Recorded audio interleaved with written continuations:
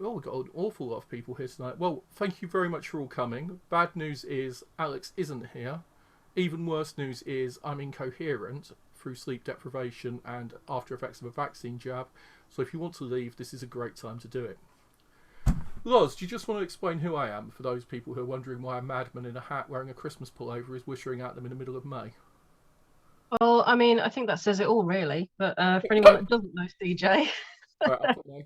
I've just, he's been with ASSAP for many, many years. He's currently chair, um, wonderful speaker, as we all know, hence the wonderful turnout we've got this evening, and wearer of many hats, both figuratively and literally. literally many hats. Right, slideshow from beginnings, share screen. How do I? Now I can't share screen because I've opened the slideshow. Okay, such things are sent to try, I say. So, with great apologies to everybody and hoping that I've got something of interest to say to some people. Much of what I'm going to say, by the way, most of you are going to know. In fact, you're going to know almost everything I show you tonight. And I make no apologies for that because, as always, I'm trying to take the basic narrative and then overturn it. So I'm experimenting with other ways of looking at what we've been told all our lives is true. Isn't that always the way? Right, okay, so somehow I need to work out how I share screen. Here we go. Share screen. Presentation 2. It's lucky. Oh, good evening, Ruth. Welcome. People will turn up throughout the evening and I will say hello to them as they do. It's just polite to do so. Repeat review.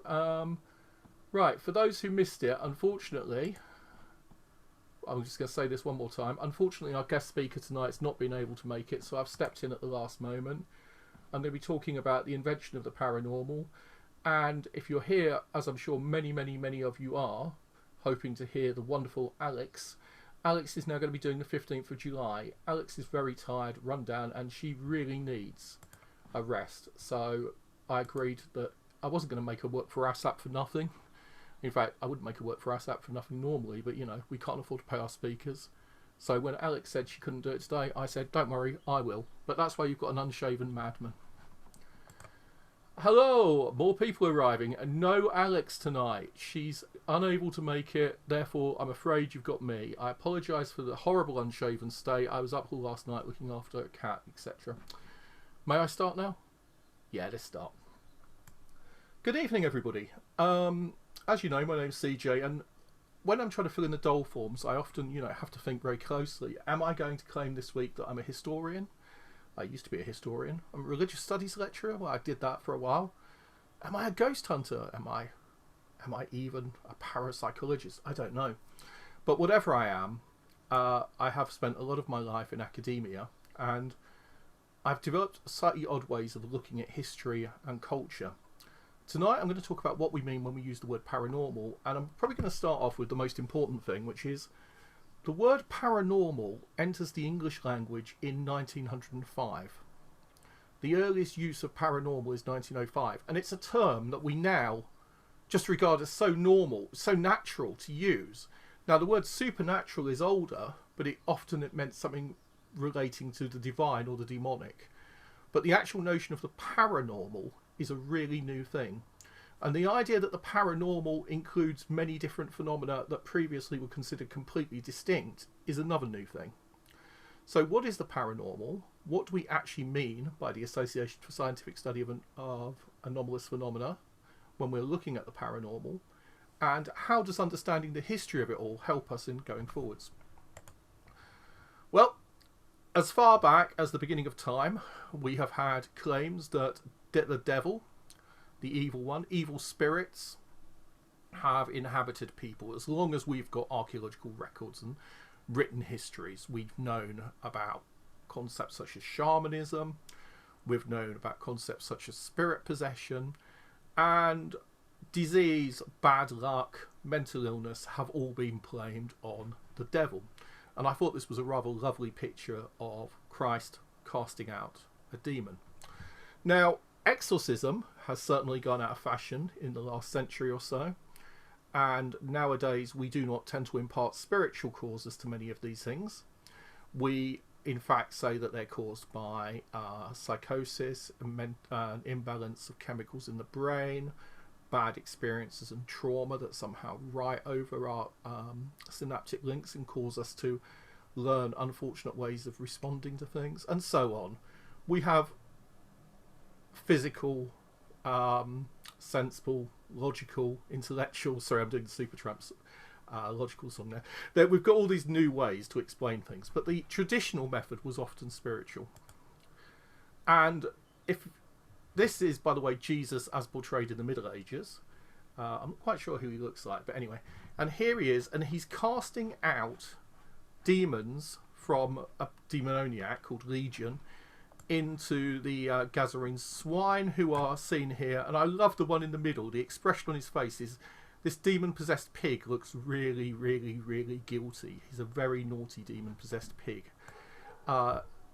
This is from Basilica in North Italy, and it's rather beautiful, I thought, so I thought I'd just share it with you.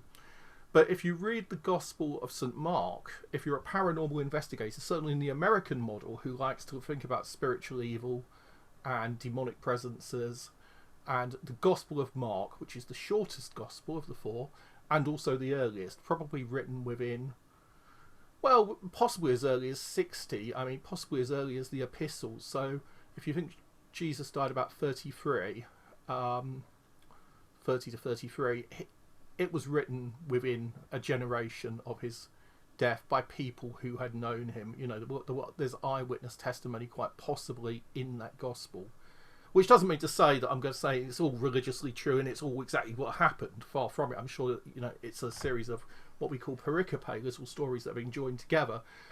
But if you're a Christian, there's very good reason to believe that it's solid and our most basic source for the life of what happened. Nowadays, of course, we no longer believe in the supernatural, and if we've gone from Jesus we've gone from Jesus casting out demons into the unhappy-looking pigs, and we've proceeded through to, oh, okay, we do still believe in demons.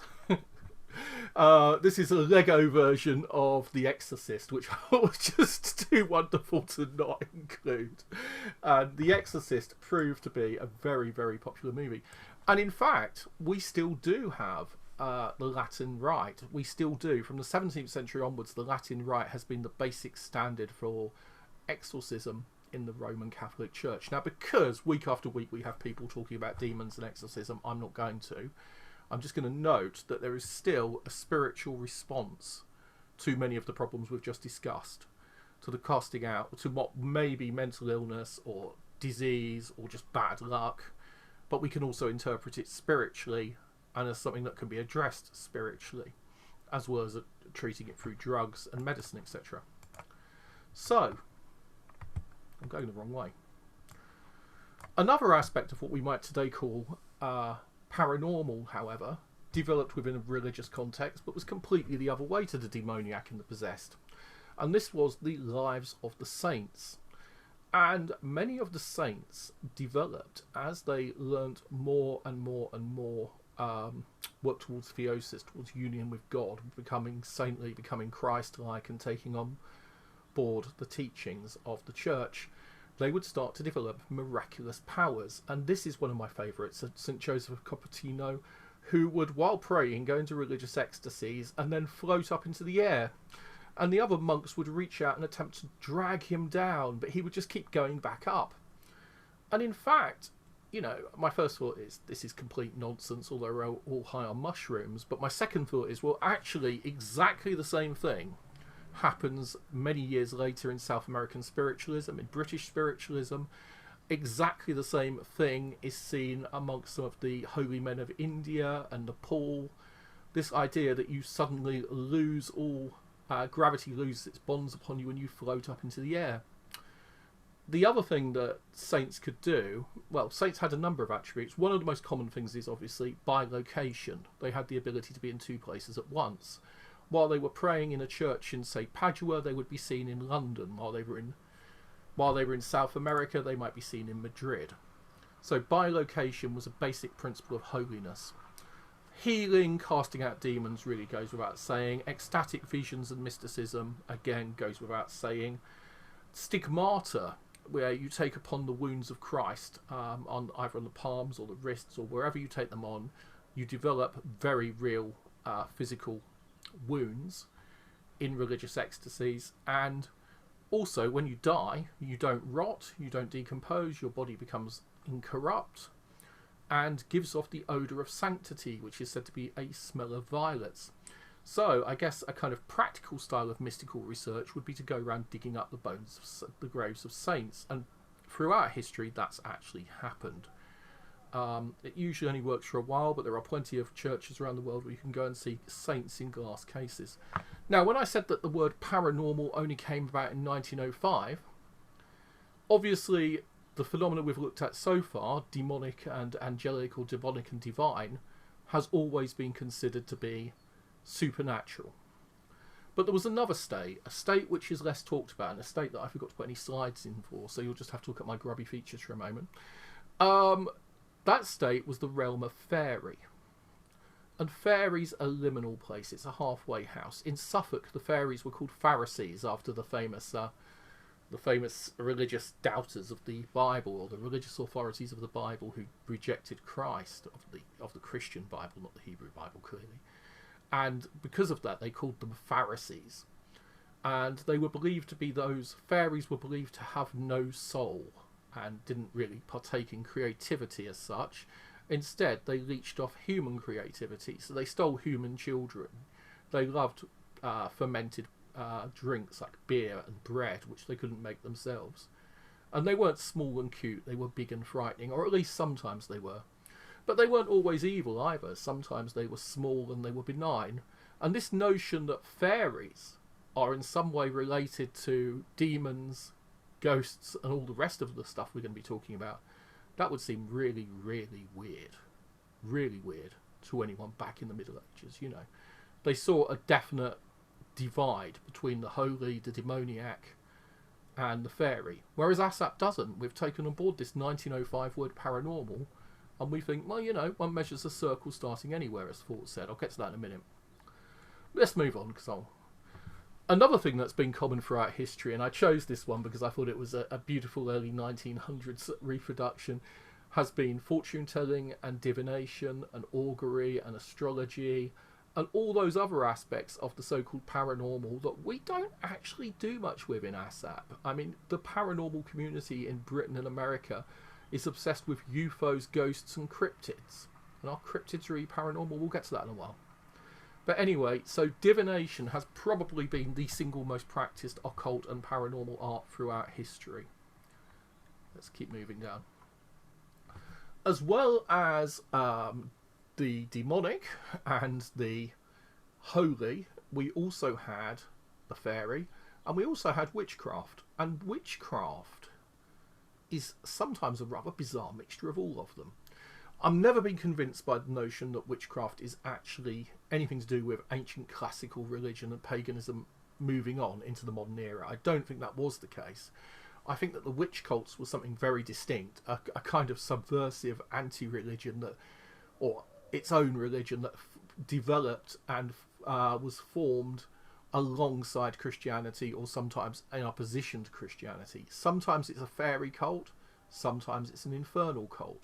Sometimes there are demons involved, sometimes they're worshipping positive nature forces. You know, our notion of witchcraft nowadays is very different to the historical one, and I think that's the reason. It's because witchcraft meant different things to different people.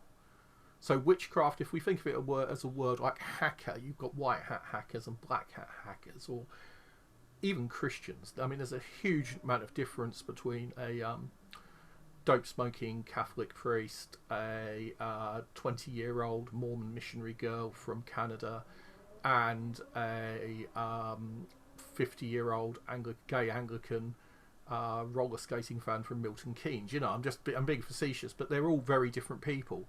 And I think witchcraft was equally diverse, in fact, probably far more so. However, the church authorities like to impart witchcraft as demonic. And they do look like they're having a good time, don't they? I particularly like the face on this demon here, who looks really happy riding on that broomstick. and they do look like they're having quite a fun time. Anyway, throughout the 17th and 18th century, we had witchcraft, and witchcraft was seen as overwhelmingly negative. And one of the reasons, I think, is that if psychic powers exist, then they can be employed. They're morally neutral. So I don't think they're necessarily evil, which is the implication here, but they can be used to do harm. And the church has always accepted that there are psychical powers that can be used to do good. The Gospels talk about the power to divine between good spirits and evil spirits. And the church has been very willing to admit people like healing and, you know, practical occultism when it was useful. But as soon as you stepped out of line, it was the stake or the rope quite often. So, you know, at the end of the day, if we assume, though, that you have got the ability to heal or to curse, that's a lot of responsibility. Because the number of times I would have made my enemies drop dead because I was so angry. And nowadays I can't even remember why I was angry with them. And I'm sure, you know, many lovely people have fallen into my terrible temper. If I'd been able to make them explode or turn into frogs, there would be a whole load of fried frogs in Cheltenham. Let's move on. So, the notion that witches were evildoers who caused your children to be sick.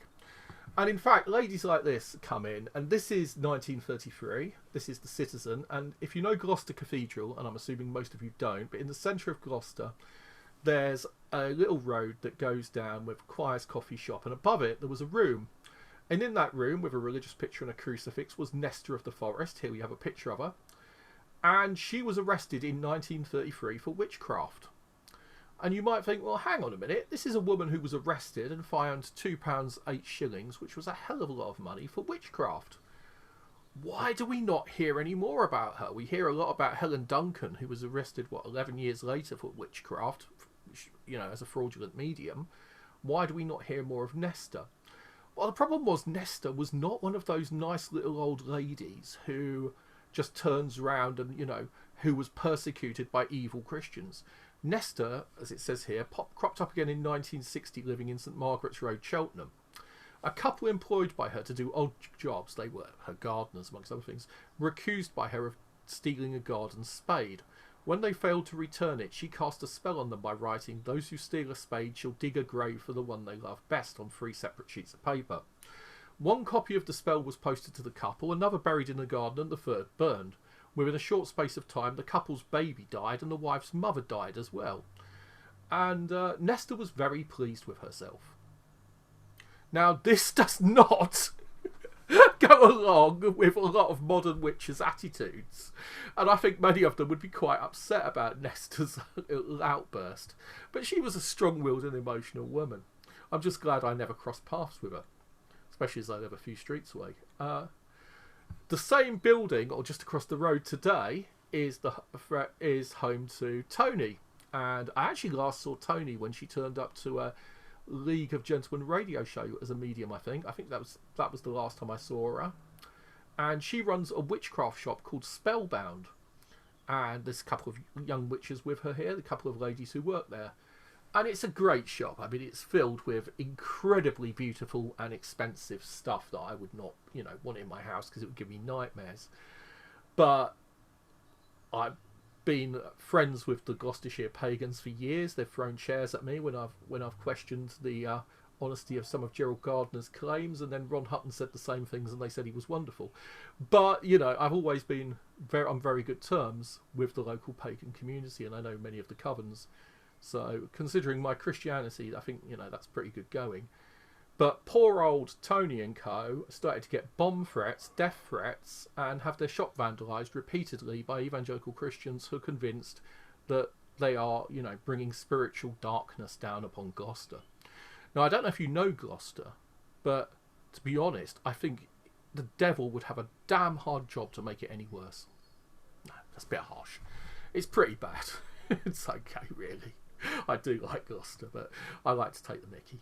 Anyway, this is Spellbound, and it shows that witches are still with us today, and that though witchcraft now means something very different, but witches are still suffering persecution, and there's still a fear of psi, a fear of power, of magic power, and a fear of women with magic. Seductive, evil witches like these three. Let's move on to... Now, witches, generally speaking, historically, very often thought they were, some of them, at least, if you take their confessions seriously, and in England, torture was not allowed, though Matthew Hopkins, the Witchfinder General, got round that by not actually torturing anyone. He just made them walk backwards and forwards for hours and stand them in a room and have everybody sit and watch them and not let them sit down. And whenever they tried to sit down, have them hit with a stick or picked with a pin until they collapsed and would confess to absolutely anything. This is Baphomet, and this is the cover of Eliphas Levy's famous History of Magic, which was 1805? I don't know, early 19th century French, I think, possibly slightly earlier than that. But anyway, it was a classic work on the history of magic, and it's a reminder that what we would see as classically demonic motifs did feature, though the pentagram was originally a sign of the 5 wounds of Christ, and therefore was a very holy symbol. And I think when you're in sixth form, it's absolutely normal for any proper English schoolboy to grab a copy of MacGregor Mayfair's Lesser Key of Solomon, Clavis Solomoni, and immediately set about practicing summoning demons. I mean, we all did it, didn't we? Do tell me we all did it. All right, well, maybe some of us did it. But anyway, when you're in sixth form, it is the thing you do. And, or some people do. And the Goetia, I think that's how you pronounce it, Goetic arts, were black arts of summoning demons, and they were said to come from Solomon. And there'd been a tendency all the way through history for this to be a kind of intellectual magic that was being performed by people who wanted to turn their Latin masters into newts. Unfortunately, it was probably not very successful for most people. At least I'm assuming that's the case.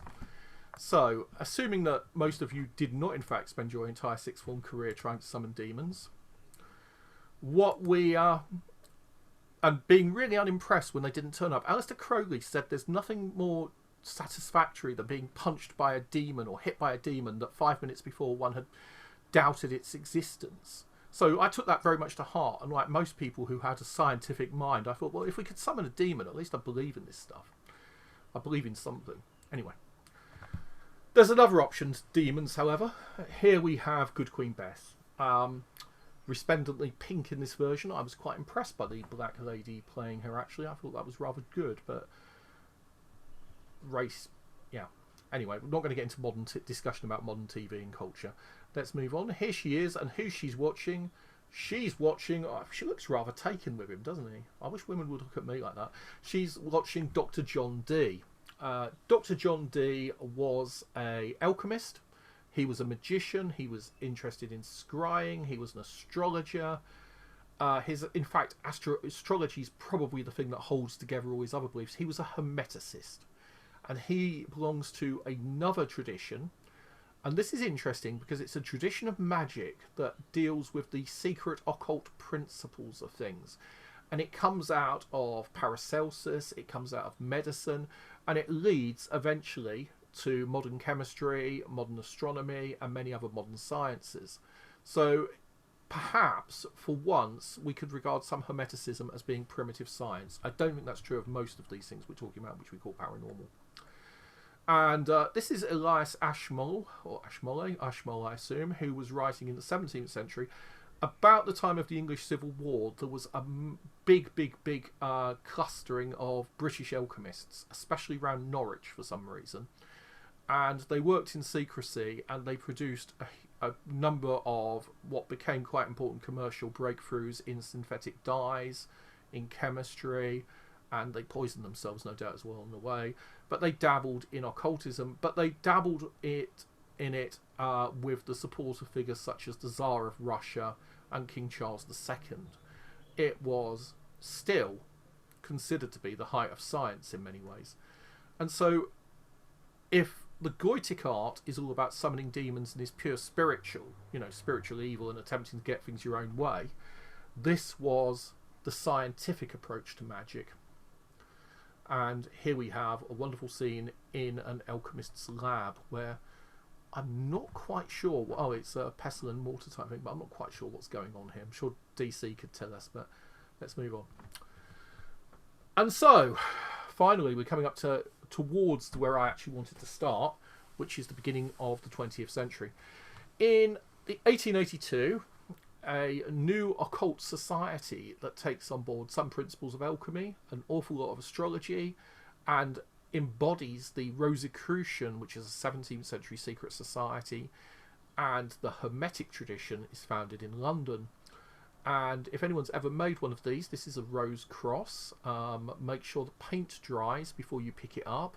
And they also have you could make a wand called the Lotus Wand that has just as bright colours. And again, don't get it all over your trousers. This is the emblem of the Golden Dawn, who had immense problems, one would think, from reading their rank grade with mathematics, because they have titles like Zelator, 10 equals 1, and Adeptus Exemptus, 6 equals 5. I was always an Ineptus Exemptus. But here's probably the single most famous member of the Golden Dawn. Anyone know who he is? Well, the title of the album, Hunky Dory, is a bit of a giveaway. And the song Quicksand famously begins, "I'm closer to the Golden Dawn, immersed in Crowley's uniform of imagery." And David Bowie was a great enthusiast for Hermeticism, and he's talking on a lot of the stuff on, Quicksand, but also a lot of the stuff throughout Hunky Dory refers to Aleister Crowley, Crowley, how it should be pronounced apparently, and the Golden Dawn and Hermetic magic. I'm torn between the light and dark, where others find their target, divine symmetry. And the divine symmetry we're talking about here, if we ignore this one for the moment, because this comes in the late Victorian era through the Hermeticists, but this is the Sephiroth, the Tree of Life, and it's first developed in 1090 in Spain by a fellow called Moses de Leon. And Moses was a representative of the Jewish community, and during the Reconquista, the Christian Crusaders were busy hacking and slaughtering their way back, knocking the Moors out of Spain. And obviously there was a bit of a religious debate side as well, and the Jews had been protected and by the Moorish caliphs, suddenly found themselves in a bit of a difficult situation sometimes. So they needed to talk to, and this is our first kind of ecumenicism. And what Moses de Leon and his followers do is suggest that God's light emanates from Kepha down to Melkuth, which, if you know David Bowie's album Station to Station, you'll recognise immediately, because it's actually referring to the stations of the Sephiroth. However, I'm not here to talk about David Bowie's lyrics and their occult meaning, because otherwise we'd be here all night, and I would probably get some of it wrong, because I'm not David Bowie, which is a great shame. The second most famous member of the Golden Dawn, even if he was turfed out of it, is this fellow, Uncle L. He wrote, I place no reliance on virgin or pigeon, our method is science, our aim, religion. And Aleister Crowley was born in Leamington Spa. He was the son of a Plymouth Brethren Adventist brewer who did not drink, because Plymouth Brethren do not drink. And he grew up with a great sense of loathing, because he was prone to masturbation and other vices that small boys are often prone to. And because of this, he became convinced, he was told at a young age, that he was the great beast. And later in life, he suddenly thought, hey, rock and roll, I'm the great beast. And he went out of his way to outrage polite Victorian society. He was an asthmatic, a heroin addict, a dissolute womanizer who took psychoactive drugs like mescaline, a fantastic mountaineer who was an incompetent mountaineer leader and got half his party killed on K2. Was it K2? Or was it the Alps? No, it was K2, I think. I can't remember. But anyway, he was a really shit mountaineer, according to others who knew him, actually, because the tendency to get your party killed. But above all, he was loved by the Daily Mirror, because he produced headlines, and it takes little more than a self-avowed Satanist putting on sex magic rites in Pimlico or in the nicer parts of London, if possible, with his Scarlet Woman to get the newspapers interested. In fact, I think we could say the whole news of the world owes a lot to Aleister. He also was a philosopher, a thinker, and yeah, there are many great things to say about him. Let's go on. Of course, Osmond Spare. Well, yeah, this this is the portrait of him in the National Gallery, and I think it's absolutely incredible, the power in those eyes. He was another side of the occult scene between the First and Second World War in Britain. He was a talented painter who created a really weird set of sigils that some have linked to John Dee's Enochian, and he was apparently a powerful magician. So this whole occult scene was still happening. And finally, Wisdom While You Wait. A.E. Waite, Arthur Edward Waite, when the Golden Dawn broke up, he formed the Stella Matutina, the Star of the Morning, and he set up a temple.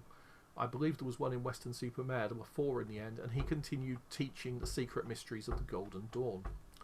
So why have I gone into all of these different things? Because all of them nowadays would be considered paranormal. But the difference between these guys and their rivals was immense.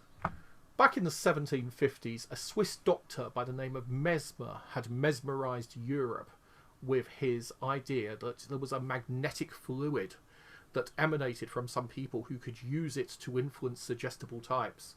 And the fluid could put people under the influence.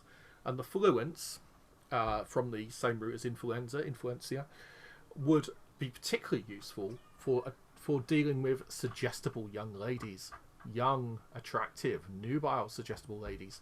Now, mesmerism was another thing that I immediately decided as I got a bit older at school that I needed to learn immediately for the entirely honourable purpose of seducing everybody who I knew. No, that wasn't entirely the case, no.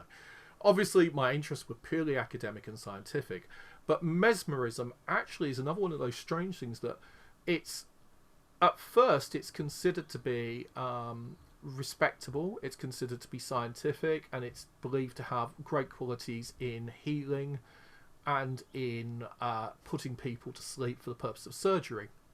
Unfortunately, shortly thereafter, it also became really fashionable with attractive young French ladies who would leave their husbands and go off to some of Mesmer's salons. And as it spread as a craze across Europe, people would start to claim under mesmeric trances that they could actually experience strange states, that they could see into the future or the past, that they could see spirits, or that they could hear one another's thoughts. And these ideas were so heretical, that, scientists of the time were not going to have anything to do with it. Now, we tend to think that nowadays we deal with a lot of skeptics, James Randi et al.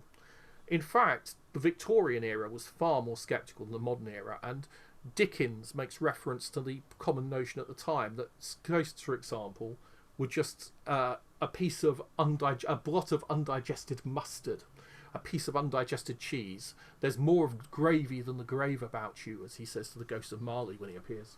Hello, just say hello to people, Marmalade. Go on, say hello, and then we can go away. You go down there. Good boy. You can have dinner in a minute.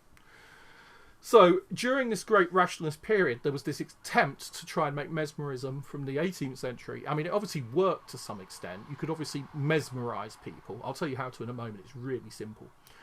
But to mesmerise somebody was not actually... What's the point in that? So they went... If you can't explain it scientifically, So, a guy in England decided that he would set about investigating mesmerism, and he thought it was nonsense. And he went along to see a couple of mesmerists and was astonished when he was invited up on stage and found that mesmerism actually seemed to work. And he realised very quickly the trick. And while he was discussing it, he came under the idea that it was some kind of state similar to sleep, so he renamed it hypnotism. Now, unfortunately, later he completely changed his mind. And the word, however, he tried to call it something else, but hypnotism had stuck. So to the current day, hypnotism is what people call it. So if you look at the dot in the centre of the screen, you might start to feel quite unwell, but you could just stare at it, And the trick to hypnotism, and I'm not actually going to try and hypnotise you, I'll tell you that now, but the trick to hypnotism is that I would go into a soft voice, and I would say to you, 1, concentrate your attention on the dot in the centre of the screen. 2, you're beginning to feel relaxed. I want you to just focus entirely on that one thing. Fill your mind with it. Absolutely And then for the next 5 to 10 minutes, you would constantly reaffirm that they are just watching this thing. And how hypnotism works, if it does work, according to most modern scientists, is it works by an extreme concentration, by which your absorption becomes intense on an object until you enter an altered state. Now, we have Dr. Peter McHugh. He's an expert on the subject, so I'm not going to try and talk about the reality behind the two rival interpretations, the Nancy school and the Paris school. But during they carry on right up to the modern day, as to whether hypnotism's actually an altered state of consciousness and is a different state to normal waking consciousness, or as to whether or not hypnotism is in fact simply, it's down to people playing along. In fact, Loz, shall I hypnotise you now to dance for us? No, maybe not. You'll kill me afterwards. Loz, can I turn you into a chicken? As long as you don't eat me afterwards. Well, you're in Brighton, so I think you're quite safe there. Are you all right? Okay, so if anyone hears of a chicken crossing the road in Brighton and meeting a nasty accident, you'll know what happened. Last week, completely aside, I had a friend in Brighton who messaged me and told me that they'd just seen a pterodactyl with a 30-foot wingspan fly past their window. But after I talked to them for a while, they decided they must have hallucinated it. But no, they were absolutely certain that they'd seen a pterodactyl flying over Brighton. So if we never hear from Loz again, you'll know what happened. I need to send Richard Freeman there with a very big net. Hypnotism was a paranormal phenomena, an occult phenomena. It's still not entirely understood. There are rival interpretations. Just as in near-death experience, there are rival interpretations physiologically as to what's going on. When we talk about the idiometer effect, there are rival interpretations of how the pendulum moving works, because idiometer effect in physiology means something very different to idiometer effect in skepticism and in the paranormal. They're not the same thing at all. If you actually look up the idiometer effect in a really big book on physiology, you'll be completely confused, because it's talking about autonomous nervous system reactions that are nothing at all to do with what we're thinking of. Anyway, it doesn't matter, it's another thing. A few years ago, I decided to look at papers published in Etzel Cardina's Varieties of Anomalous Psychology. Varieties of Anomalous Psychology, I think that's what it's called. Varieties of Anomalous Experience. And there's a whole section which reviews the literature on out-of-the-body experiences and near-death experience in terms of which parts of the brain are involved and the theories. And I took a simple 3D model of the brain and I started to paint it different colours depending on the part of the brain that was involved in each hypothesis. And by the time I finished, the whole brain was lit up like a Christmas tree, because there's absolutely no agreement between scientists as to how these things work. So when we talk about, and the classic example of this is what you quit when you wake up, sleep paralysis. Sleep paralysis sounds really scientific. Your body relaxes the muscles when you go to sleep, and the old hag is caused by certain physiological conditions. Yeah, sure it is. I'm absolutely certain that they're probably right, but there's no agreed mechanism. And what you call it when you've got something like sleep paralysis, a term, but when you actually look at the underlying physiology, what's actually happening in the body, nobody agrees. Well, it's just a hypothesis, really, isn't it? So there are many, I'll put it differently. There are many different competing paradigms.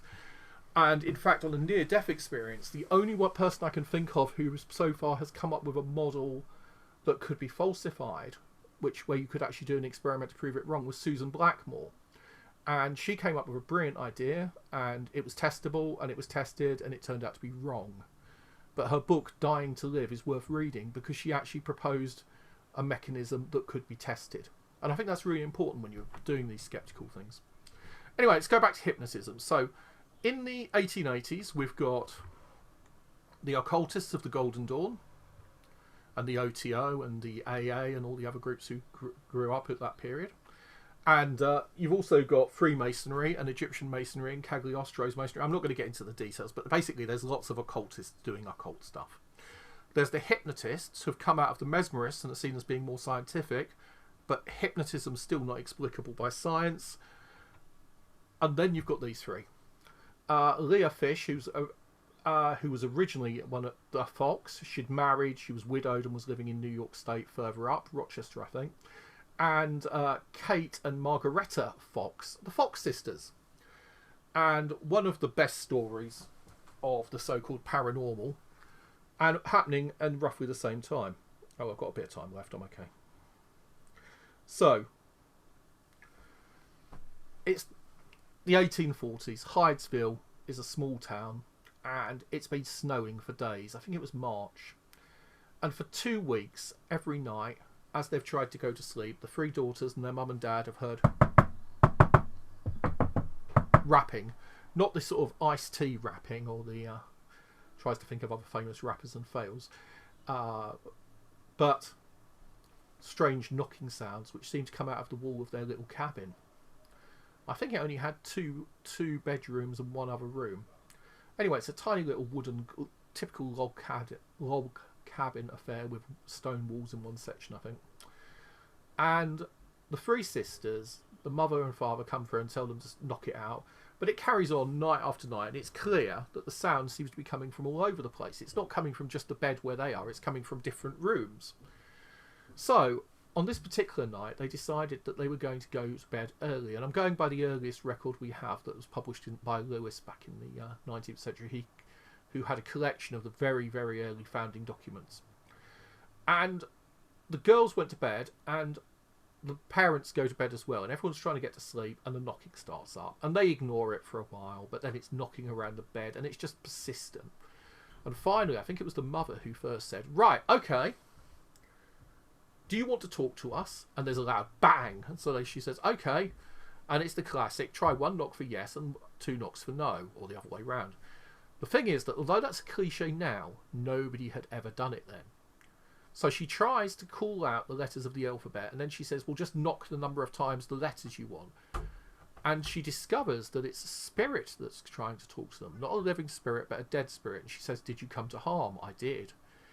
And the spirit claims that it's the ghost of a peddler who had come to the house, and who gives his name as, I think it was Charles B. Rosmer. But again, there's lots of people who know far more than me about spiritualism here. And this guy, he had pale trousers on, a black frock coat and a black hat. So fairly unusual look actually for the era and the place. And he'd come to the house, and the guy who lived there before them, his wife happened to be away, and he sent the servant away, and he asked him in, and said he could stay overnight. And that night he killed him. And when his wife came back, they buried him in the basement and took $500, which would have been an immense amount of money, off his corpse, and robbed him. So this is where spiritualism starts, with this ghost story. So the next night, everybody who's anybody in Hydesville turns up, and dozens of people listen to the rapping sounds. 50 people at a time are coming in and out, and it just turns into a circus. But after a while, they limit it, and they have a public meeting, and they elect the most sensible people, the scientists, the people who are really the judges, the doctors, and they get... committees are formed, and they take the women.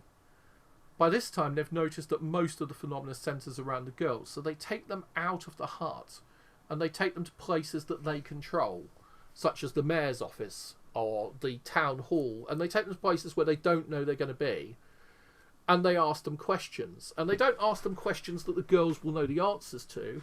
They deliberately ask questions that nobody present should know the answers to. How many children have I had, including dead ones? How many children have I got? You know, and all of the answers, apart from one that are asked by the committee, are answered. And this particularly gossipy spirit raps out all kinds of personal information. And although this is something that we've seen in the poltergeist cases of the Middle Ages, which have been common back in the Middle Ages and all the way through, that they love to gossip and tell people's secrets, this was really something quite new. Anyway, Hydesville caused a sensation, so they sent these 3 girls, well, 2 of the girls go off to stay with their sister eventually, and the phenomena follows them. In fact, one of them goes to another house, and the phenomena follows her. And wherever they go, the rapping continues. And they go to New York, and they allow themselves to be investigated by a sceptical and highly hostile press. And astonishingly, they pass the tests. And there's one fellow who... what he does was he reaches into a pot of seashells, and he takes out a few and puts them in his hand, and then says, okay, spirit, how many are in my hand, when there's no way that anyone other than him can know. And then he decides that he can still know. So what if the spirit's reading it from his mind? So he puts his hand into the pot and takes them out without knowing, and tries again. And the spirit still tells the right number. when he doesn't know it until he counts afterwards. So things like that impress the witnesses, and it becomes many people are absolutely convinced. And then a chap called Barnum comes along. Now they did a show about him last year, I think, called The Greatest Showman. And Barnum signs a contract with the sisters, and he turns the whole thing into a song and dance routine. But the sisters, actually, by this time, they can't work. Their family's home is completely filled with sightseers and people turning up demanding to see the spirits, etc. And I have a lot of sympathy for them. They took the money. They go back to Hydesville. And when they go back there, something really odd happens, because all over America, people start to hear the same rapping sounds. Once people even just read about it in the newspaper, they start to have things move around their houses. They start to have apparitions appear. They start to have knocking sounds. So there are 2 or 3 strong possibilities here. One is that there was something very funny in the beer, and some new pollutant was causing mass hallucinations across America. Or, okay, there's some physiological cause. 2, we'd entered into the age of Aquarius, and for a short time the moon was in trine with, I don't know, you can make it up however you want. Something supernatural happened that caused an outbreak of spiritual phenomena. Like the part in Ghostbusters where he says, it's going to be real wrath of God stuff, cats and dogs living together, and where the psychokinetic meters go off the scale. Something like that happened in 1840s America. Or there were an awful lot of really clever little girls, because it tends to be young girls mainly. Also, some men, many men in fact, and according to Alex Owen in her book The Darkened Room, homosexual men, transsexual people, and people who had suffered physical injury and were unable to work, or who had been struck down with what we would call nervous diseases, often materialised very strong psychic gifts. Outsiders, people who weren't quite attuned to this world, seem to become more attuned to the other. And spiritualism becomes a religion. Now, 2 of the Fox sisters go on the road and attempt to make a living out of it, and both of them end up roaring alcoholics. And there's 2 ways of seeing this, because they then write a book, and they actually ghostwrite statements and books and come forward and go on public stage saying, oh, we did the whole thing, we did it by clicking our knee joints, it was all a big fake, spiritualism is the worst thing that's ever happened, we're really sorry we were involved in it, God forgive us, and now can we have our checks?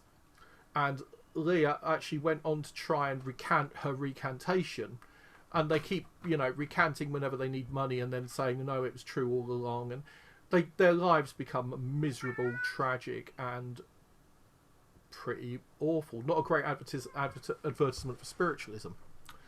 The religion they founded, however, becomes actually something much more impressive.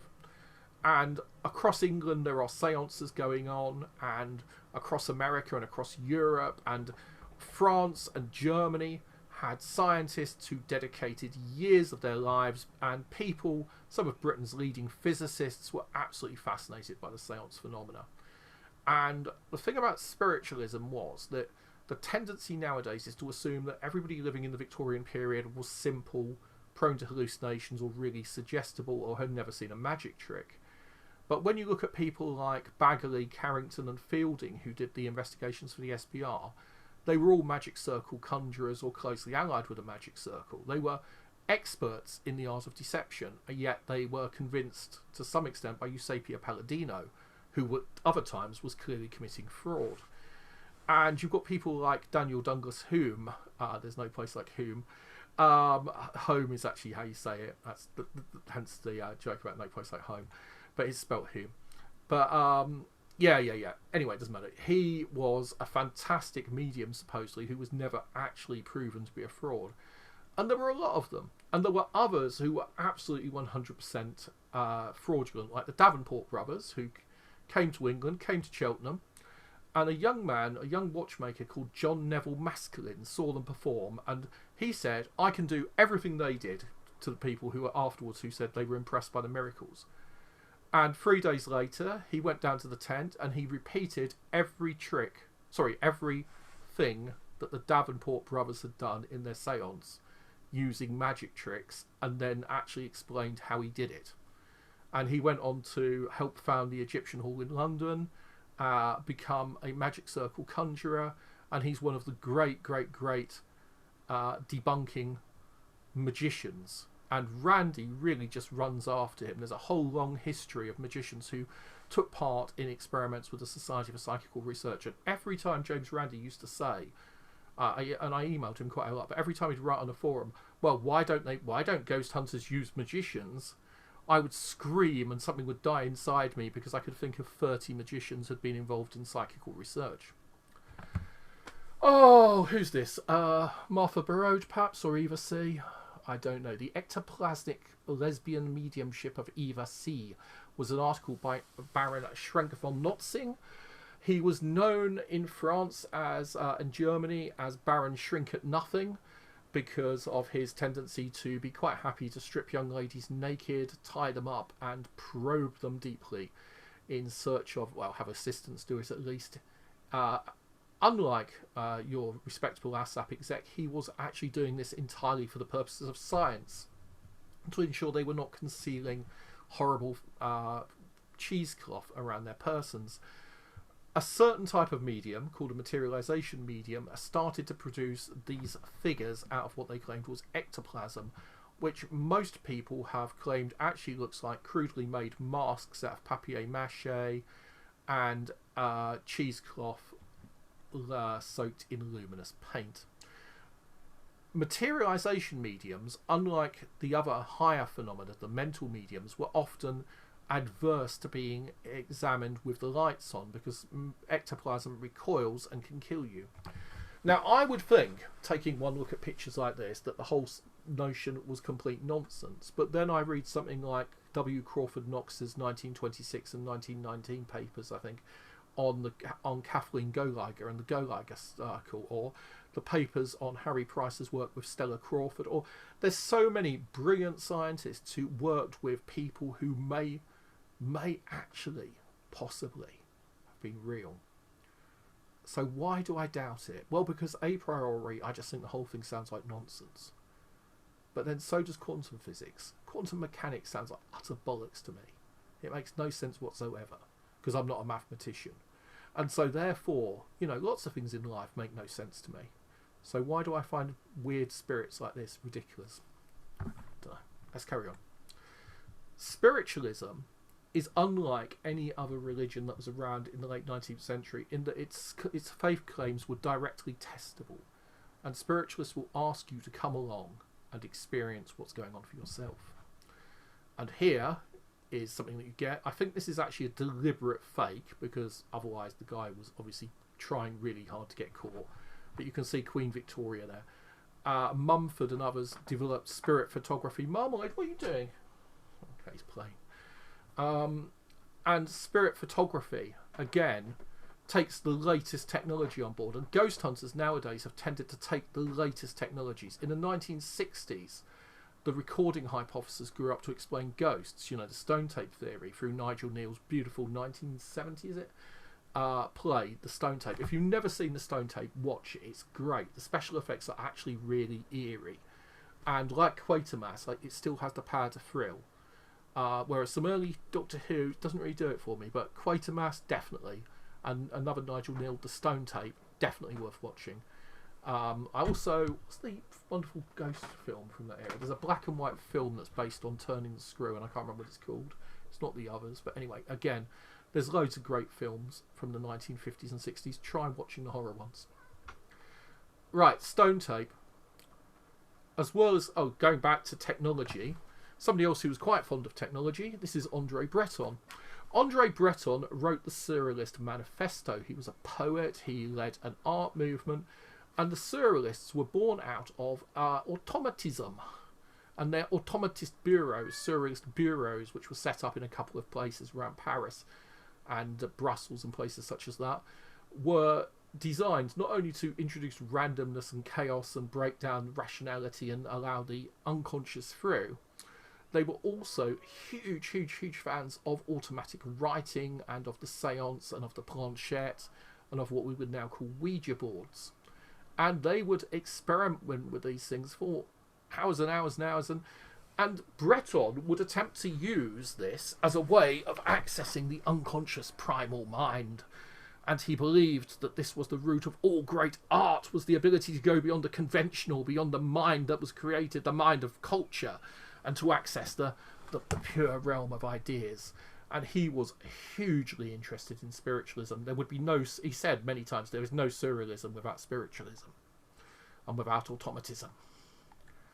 And this leads to this kind of artwork, and the surrealist movement goes on to influence others later into. Now, I've been talking a lot about spiritualism, which is really unfair because it's only half the story. Spiritualism tends to refer to the phenomena in England and America and the Anglophone world. And this is actually from London, 1930. Again, I don't know if it's real or fake, but, you know, it's the kind of thing that we see in The Flying Cow by Guy Leon Playfair, which was a Spanish and Portuguese-speaking form of spiritualism, which starts in France under this guy, Allan Kardec. Kardecicism or Spiritism is a major religion in Brazil. And it's basically the same as spiritualism in many senses, except that it includes reincarnation and a kind of karmic system. And it's based around Kardec's religious texts. So it has much more of the formal religion. And spiritualism in England and America split into two different groups, the Christian Spiritualist Churches and the Spiritualist Churches, which were influenced by Findlay's atheism. He didn't believe in Christianity, he was violently opposed to it, and he believed that the realm of spirit was all you needed. You did not need to have any kind of created God. You had instead eternal spirits. And that's why you've got weird things like William Roll, who is or was, I don't know if he's still alive, the incredibly strident and enthusiastic advocate of atheism and spiritualism down in Bristol. Not to be confused, is it Michael Roll, not to be confused with Bill Roll, no, Michael Roll. And Michael Roll, when I used to talk to the Dawkinites about him, it always used to cause embarrassment, but because they had no idea that there were atheist spiritualists and just how incredibly pro-atheism they were. Anyway, enough of this. So Kardecicism still exists today in about half the world, the Philippines, Spain, France, and Kardecicism has a different metaphysics to spiritualism, but the mechanics are much the same, seances, etc. Okay, so we finally get to our heroes. Same year, just before the Golden Dawn was 88. 82, SPR, always get those two the wrong way around.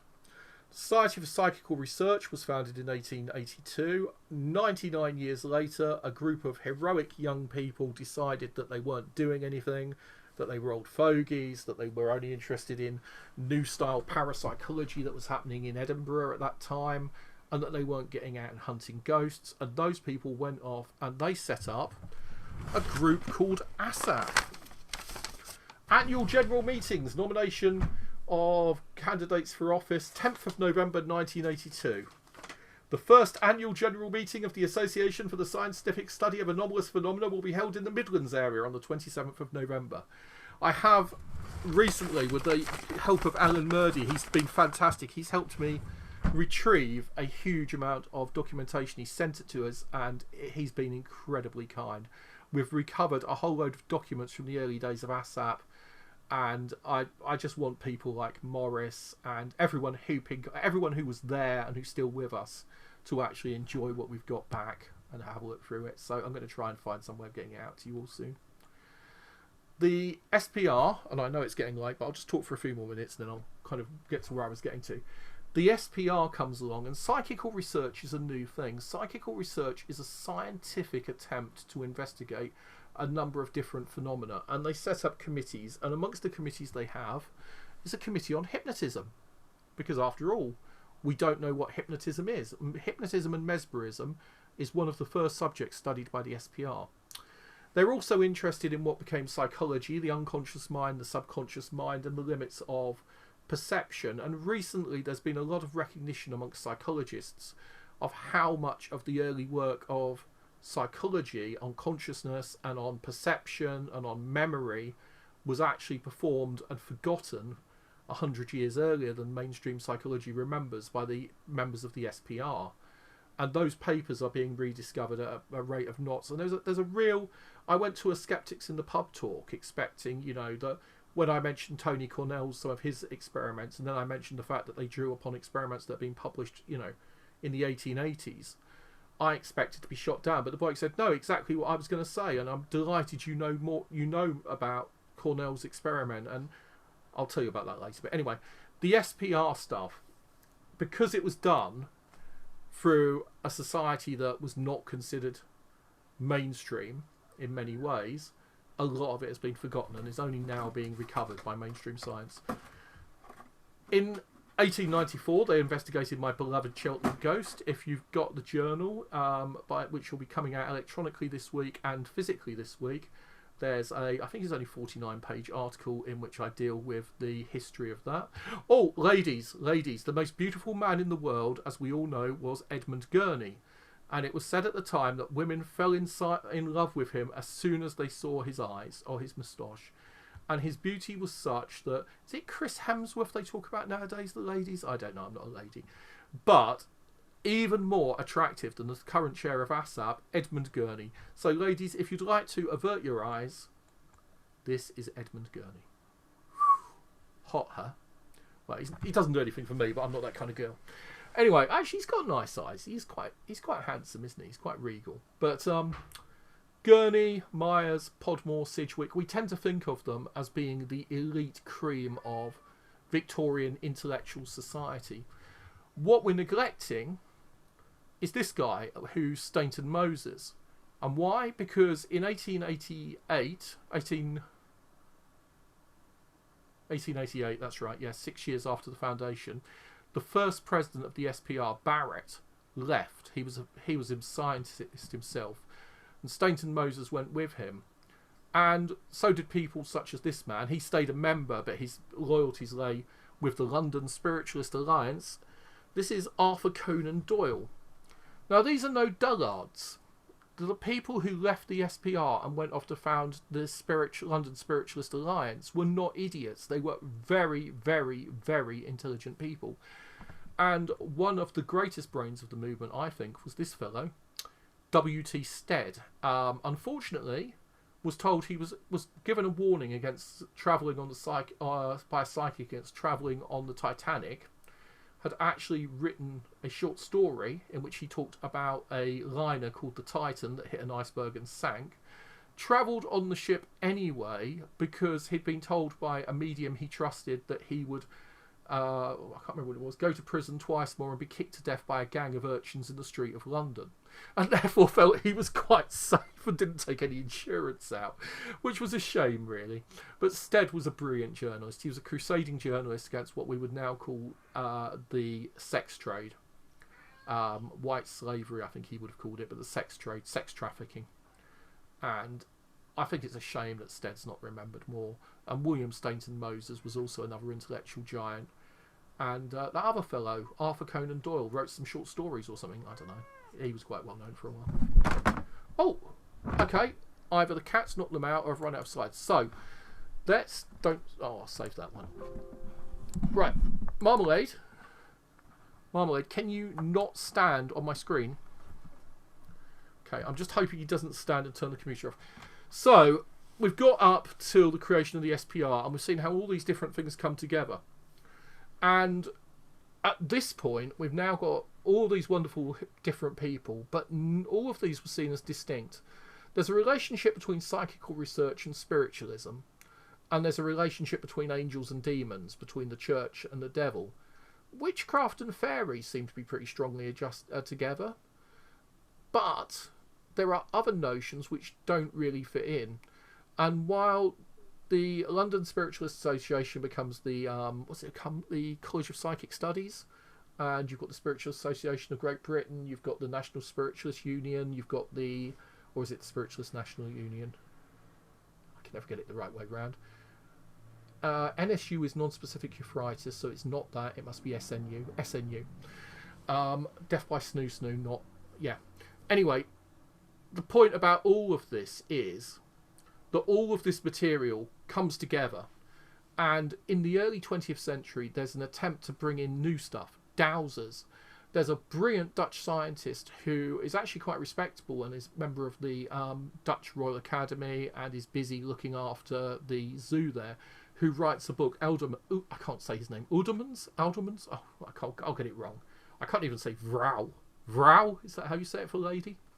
Anyway, Dutch is an incredibly hard language if you don't speak Dutch. But Aldermans, or however you say it, wrote a book on the history of the sea serpent. Heuvelman, again, Ivan Sanderson. By the 1920s, you've got the first kind of, I suppose we could call them paranormal zoologists. And the notion of the paranormal has been evolved. And what it actually is, I'm sorry about the horrible state, the moth flying around and the dreadful state of my bedroom. I was looking for a missing bank card earlier. The whole thing about this paranormal thing is it's outside of science. So what actually makes something paranormal then? Well, by the 1920s, Frederick Bligh Bond has developed psychic archaeology and has been excavating Glastonbury Abbey using spiritualism as a tool to discover where things were buried. Black cats and spectral dogs and elements of folklore such as that and the Green Children of Woolpit have entered into the notion of the paranormal.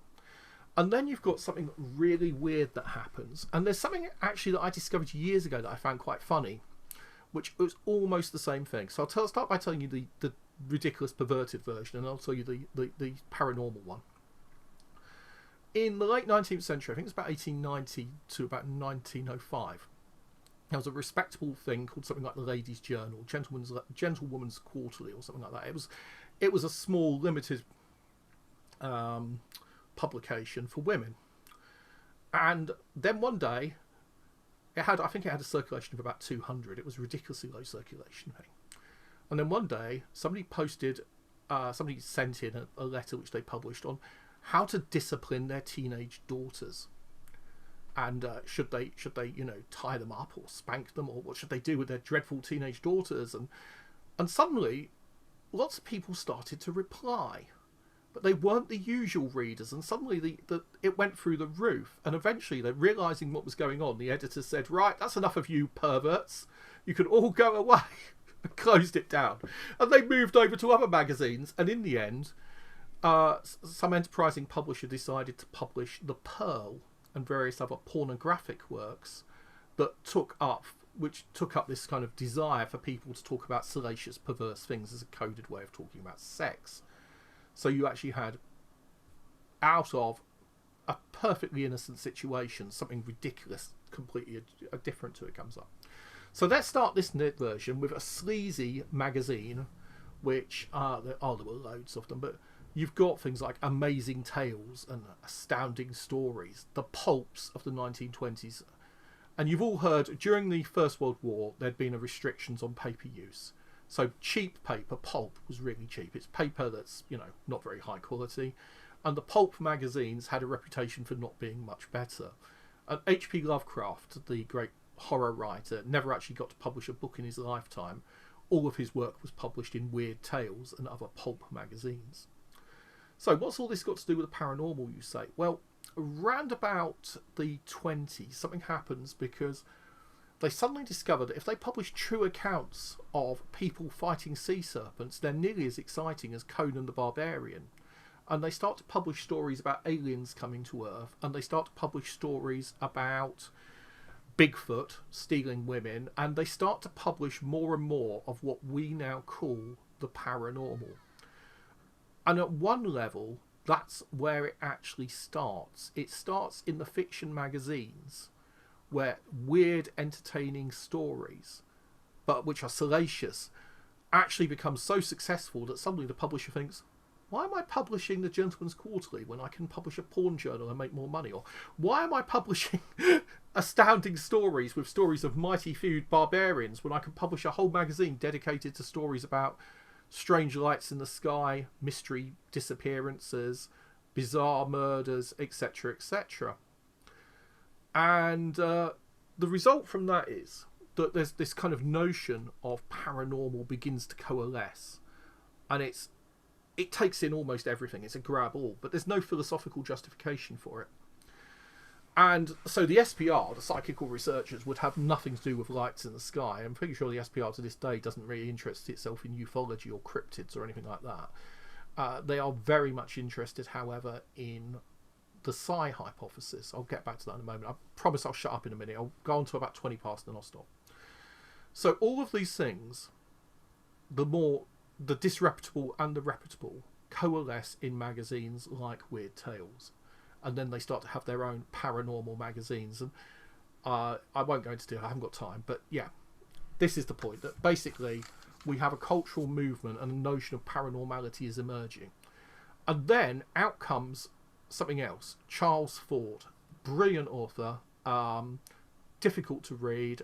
I think he was more of a philosopher and a joker and a prankster and a philosopher of science in many ways than he was what we would now call a paranormalist. But he collected damned data, things that just didn't fit, things that embarrassed mainstream science. And what he did with those was he put them in these books, and those books were astonishingly successful, and they sold and sold and sold. And his philosophy was that you told the whole story. And if anyone's ever watched my Facebook's accounts over on ASSAP, on the ASSAP Facebook, if you watch what I post there, I post utter crap and I post brilliant stuff, and the reason is I don't differentiate between what I think is good and what I think is rubbish, because I don't know what's going to be right in the end.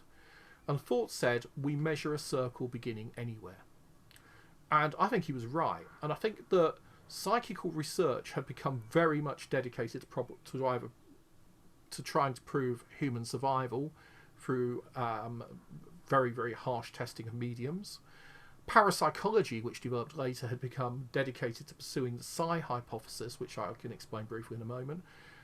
And so what was actually needed was a new Fortean approach, where you looked at all of the phenomena non-judgmentally, and where you took that. And that's what happened in 1982 with the foundation of ASSAP. And I think that's the wonderful thing about ASSAP, is it was one of the first organisations to embrace this new category of the paranormal.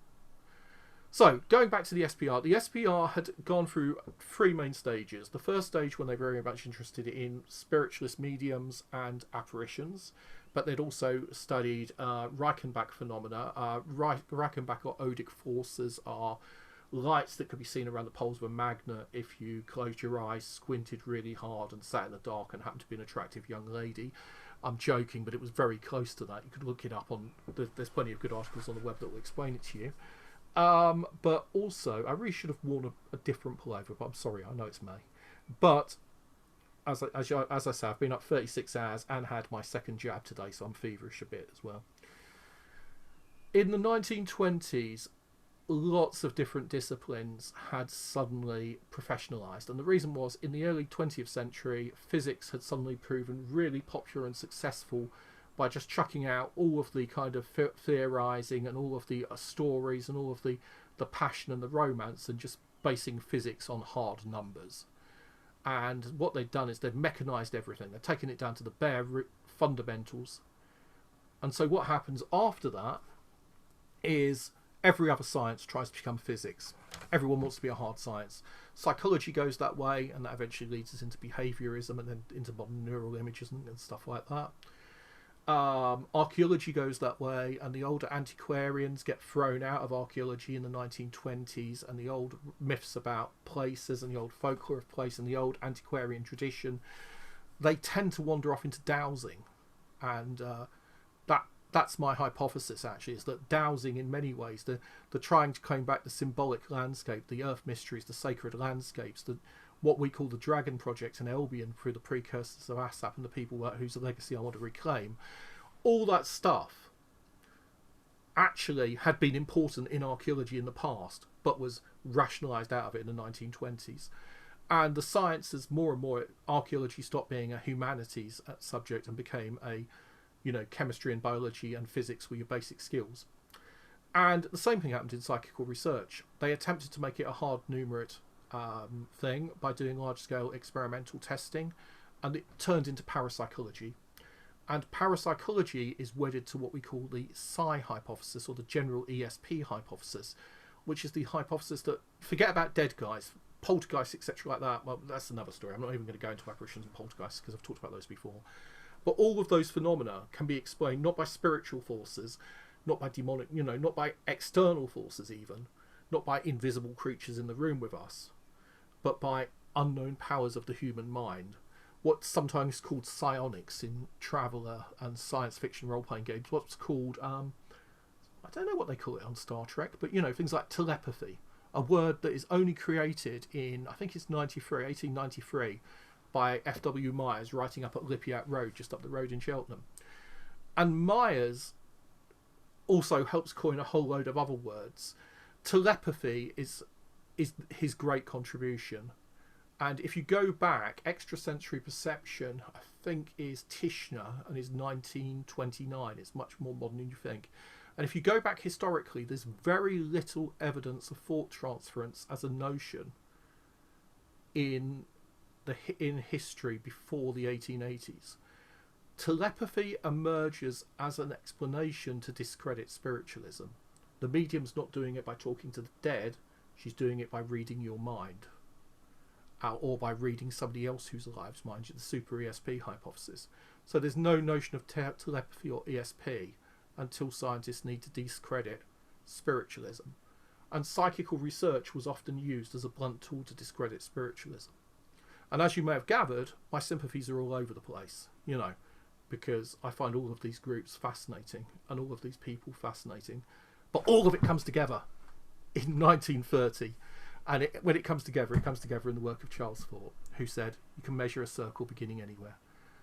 And at that point, everything, swamp monsters, lake monsters, UFOs, the Bermuda Triangle, makes people disappear. Barry Manilow, David Bowie singing about the Golden Dawn, magic, mysticism. It all comes together in Peaceworks, Man, Myth, Magic, The Unexplained, 1981, edited by Peter Brooksmith.